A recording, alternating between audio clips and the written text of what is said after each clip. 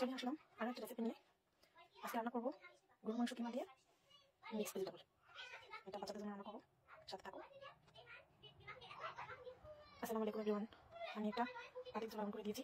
এখন এর মধ্যে আমি দিয়ে দেবো অয়েল, পেঁয়াজ, তারপর কিমাটা ভেজে নেবো।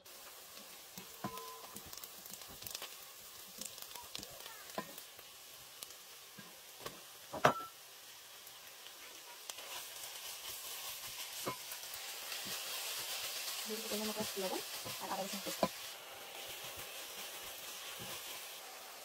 আমি অ্যাড করবো টমেটো অ্যান্ড ক্যাপসিকাম।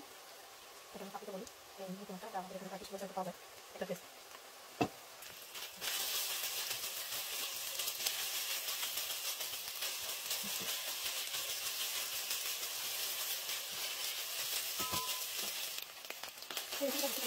আমাদের বাইরে দেখতে এটা হচ্ছে একটা কাজু কুচি।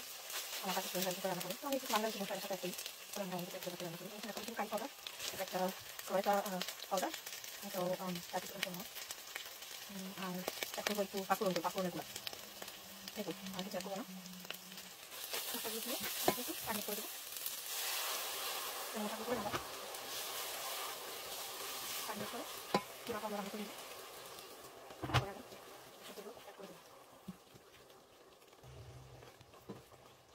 আমরা দিয়ে দেবো আমাদের সবজিগুলো।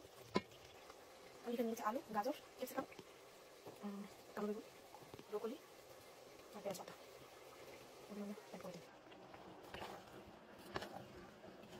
এগুলোকে ভালো করে অ্যাড করে নেবো। অ্যাড করে 2 মিনিট করে পানি দিয়ে দেবো। আমি এখন আটা অ্যাড করে দেবো। আমি পানিটা একটু ফুটে নিয়েছি আগে।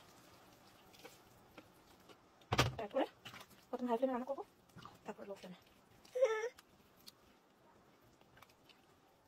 পানিটা বেশি দিতে হবে, কারণ হচ্ছে এর মধ্যে অনেক রকম সবজি আছে, আলু আছে, পানিটা টেনে নিয়ে যা করে। এখন ঢাকা দিয়ে ঢেকে রান্না করবো। আপনার পানি আপনার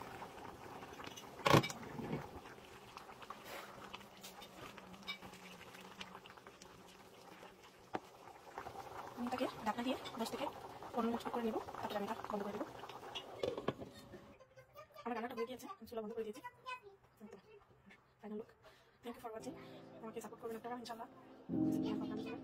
আল্লাহ হাফেজ।